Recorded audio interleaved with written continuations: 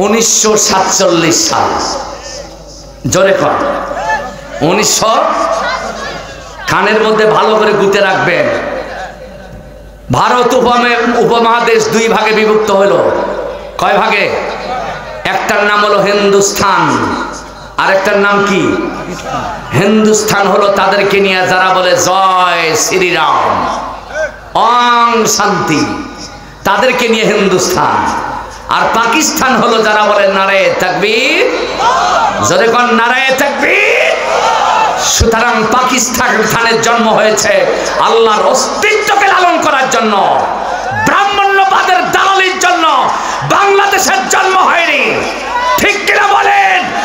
বাংলাদেশের মাটি মানুষের সাথে মিশে থাকতে হলে আল্লাহর অস্তিত্বের উপরে বিশুদ্ধ ঈমানের প্রমাণ দিতে হবে, ইসলামের পতাকা হাতে রাখতে হবে।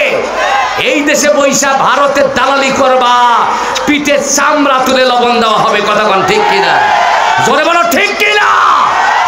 তোমাদের নেত্রীর অপেক্ষায় আসো না।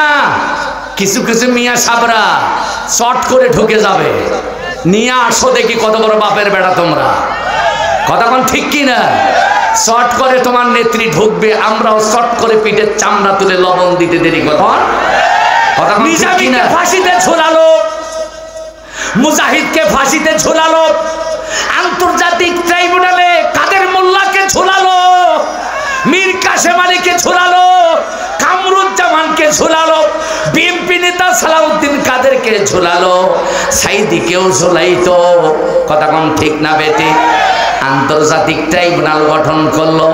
যখন ঝোলানো হয়ে গেল, আন্তর্জাতিক ট্রাইব্যুনাল বাতিল করলো, বাতিল কইরা ডিপ ফ্রিজের মধ্যে রাইখা দিল।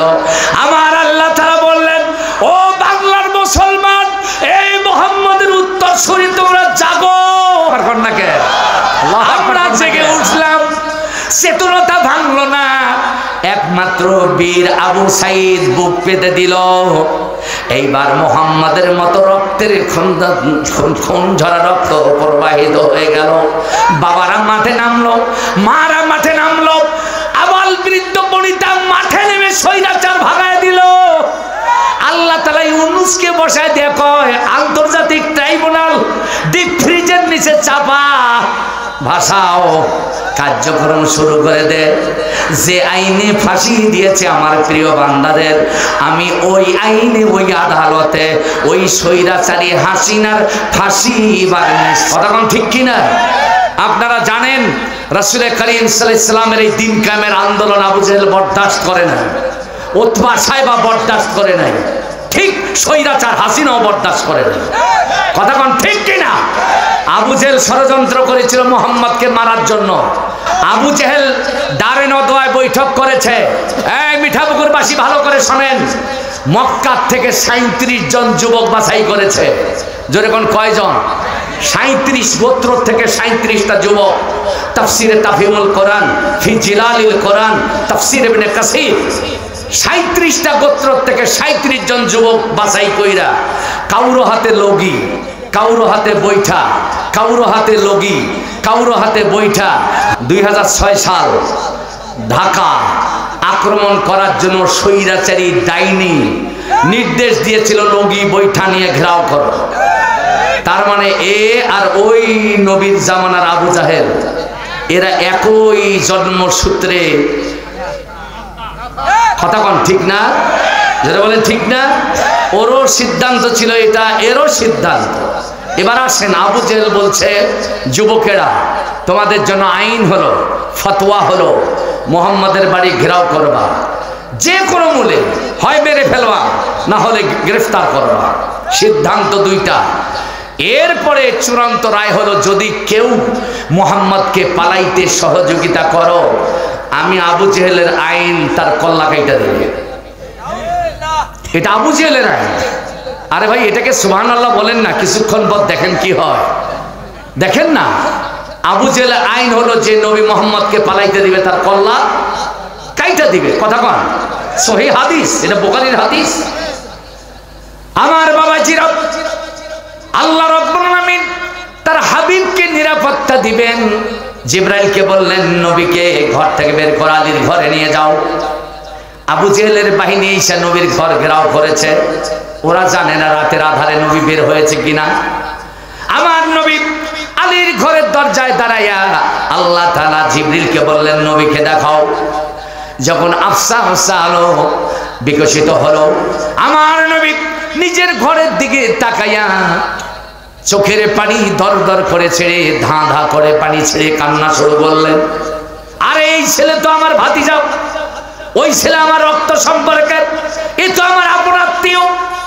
কি এমন অন্যায় করেছি আজকে আপনজনেরা আমি মুহাম্মদকে হত্যা করার জন্য আমার ঘর ঘেরাও করে নিয়েছে। আমার নবীকে আল্লাহ ডাক দিয়ে বলেন, হাবিব, এই সময় ওই চিন্তার সময় নয়। আপনি জমিন থেকে এক মুঠো বালু নিয়ে ফেকায় দেন। এগুলো তো জানেন আপনারা, কিন্তু মূল শিক্ষাটা আমি আপনাদেরকে জানায় দেই। আমার বাবাজিরা, আমার নবীজি একটু বালু তুললেন, ফিক দিলেন। নবীর হাতে কি এমন ক্ষমতা ছিল, 37 জন যুবক আবু জেহেল সহ সকলের চোখে চোখে গিয়া পড়বে। আল্লাহ তাআলা বললেন, নবী, এখানে তোমার কোনো কৃতিত্ব নাই, তোমার কোনো বাহাদুরি নাই। বাহাদুরি আমি আল্লাহর। জোরে কোন কার? আল্লাহ বললেন, ওমা রমাইতা ইয রমাইতা ওয়ালাকিন্নাল্লাহা রমা। ও নবী, তুমি বালু নিক্ষেপ করেছো, আর আমি আল্লাহর কুদরত ওই বালুগুলো ধইরা ধইরা কাফেরদের চোখের মধ্যে ঢোকায় ওদের অজ্ঞান করে দিয়েছি। কাফেরগুলো যখন অজ্ঞান হয়ে পড়ে থাকলো, আল্লাহ জিবরাইলকে ডাক দিয়ে বললেন, জিবরিল রে, আবু জেহেলের আইন ছিল যে নবী মুহাম্মদকে পালাইতে দিবে, তার কল্লা কাইটা ফেলাবে। আমি আল্লাহর এবার আইন হলো, আবু জেহেল চিত হইয়া কাইট হইয়া পইরা আছে, আমার নবীকে বের করে নাও। কোন যুবকের পাশ দিয়া না নিয়া আবু জেহেলের পাশ দিয়া নিয়ে যাও, যাতে করে আবু জেহেলের আইনে আবু জেহেলের কল্লা কাটার ফয়সালা হয়ে যায়। আল্লাহু আকবার বলে। ওয়া মাকারু ওয়া মাকারুল্লাহ ওয়াল্লাহু খায়রুল মাকিরিন। ওই আল্লাহ কি এখনো আছে? যখন বাংলাদেশে আছে, ক্ষমতা কমে গেছে। লক্ষ্য করেন, এইবার নবীজি আবু জেহেলের পাশ দিয়ে হেঁটে হেঁটে পার হয়ে চলে গেল। আবু জেহেলের গুন্ডাগুলোর জ্ঞান যখন ফিরে এলো, তখন আবু জেহেল তো জ্ঞান বেহুশ হয়ে পড়ে আছে। গুন্ডাগুলো আবু জেহেলকে ডাক দিয়া কয়, নেতা ওঠেন, তাড়াতাড়ি সিদ্ধান্ত দিয়ে দেন। আবু জেহেল উইটা কয়, কিসের সিদ্ধান্ত? আপনার আইন ছিল যার পাশ দিয়ে মোহাম্মদ নবী পলায় যাবে তার কল্লা কাটতে হবে। এবার আমরা দেখতে পাচ্ছি নবী মোহাম্মদ কাউর পাশ দিয়ে যায় নাই, আপনার পাশ দিয়ে গেছে। আপনি এবার ফতোয়া দেন, আমরা আপনার কল্লাটা কাইটে ফেলাই। আমার বাবাজিরা, এবার কথা হলো 1971 সালে আমাদের দেশ স্বাধীন হয়েছে। কথা কন, কথা কন, ঠিক না? 1971 থেকে শুরু করে আগস্টের 5 তারিখ পর্যন্ত আমাদের দেশে দিন কায়েমের আন্দোলন হয়েছে, যেখানে ওইখানে বাধা দেওয়া হয়েছে না হয় নাই? ওইখানে হামলা করা হয়েছে না হয় নাই? আমরা কিন্তু হামলার মোকাবেলা করি নাই, বাধার মোকাবেলা করি নাই। কথা বুঝতেছেন আমার ভাইরা, আমার বাবাজিরা? 1971 সালে দেশ স্বাধীন হইবার পর থেকে আগস্টের 5 তারিখ পর্যন্ত যেখানে দিন কায়েমের আন্দোলন করেছি, ওইখানে মার খাইছি, ওইখানে নির্যাতিত হয়েছি, হামলা মামলার শিকার হয়েছি। কথা কোন ঠিক কিনা? কিন্তু 5ই আগস্ট বাংলাদেশের দ্বিতীয় স্বাধীনতা যুদ্ধ হয়েছে।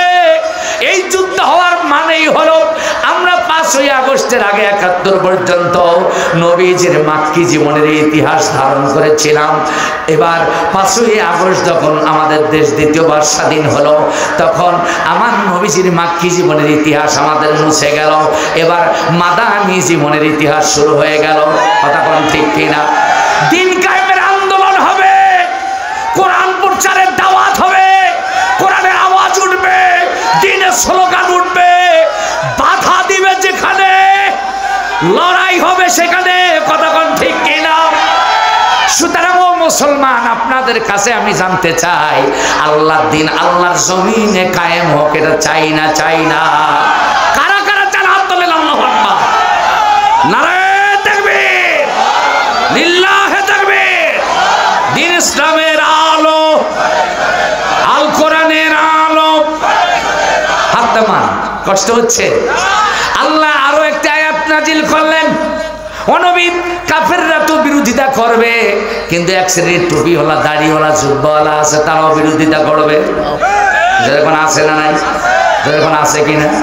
আল্লাহ তাদের ব্যাপারে নবীজিকে মাদানী জীবনে আয়াত নাজিল করলেন, ইয়া আইয়ুহান নাবিয়্যু জাহিদুল কুফফারা ওয়াল মুনাফিকিনা ওয়াগলুজ আলাইহিম।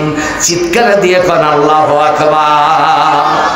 ইয়া আইয়ুহান নবী, হে নবী, জাহিদুল কুফফার, কাফেরদের বিরুদ্ধে যুদ্ধের দামামা বাজায় দাও। ওয়াল মুনাফিকিন, আর যারা মুনাফিক, মুনাফিক কারা? ইসলামেও থাকে, আবার ইসলাম বিরোধীদের সাথেও। কথা কম ঠিক কি না? আরো ধরে কোন এরকম মুনাফিক বাংলার জমিনে আছে না নাই? আরো ধরে কোন আছে না নাই? সময়ের পরিবর্তন হয়েছে। যারা ইসলামের পক্ষ শক্তি, তাদের কথা কাজে, ওঠা বসায়, লেনদেনে, আচার ব্যবহারে এখন নতুন করে প্রমাণ দিতে হবে। এতদিন যা ছিলাম মাইনাস, তওবা করছি, এখন ইসলামের কাতারে আছি, আর ওইদিকে যাব না, প্রমাণ দিতে হবে। কথা কোন ঠিক কিনা? কিন্তু এই সুযোগ কাজে লাগাইয়া আবার যদি কেউ মুনাফিকের ভূমিকায় নামে, আল্লাহর কসম তাদের পায়ের হাড্ডি থুথুড়া হবে। কথা কোন ঠিক কিনা? কারণ বাংলাদেশের জন্ম হয়েছে ইসলামিয়াতকে লালন পালন করার জন্য, আল্লাহর অস্তিত্বকে ধারণ করার জন্য। কোন মুনাফিকদের পেট পেটানির জন্য বাংলাদেশের জন্ম হয় না। কথা কোন ঠিক কিনা?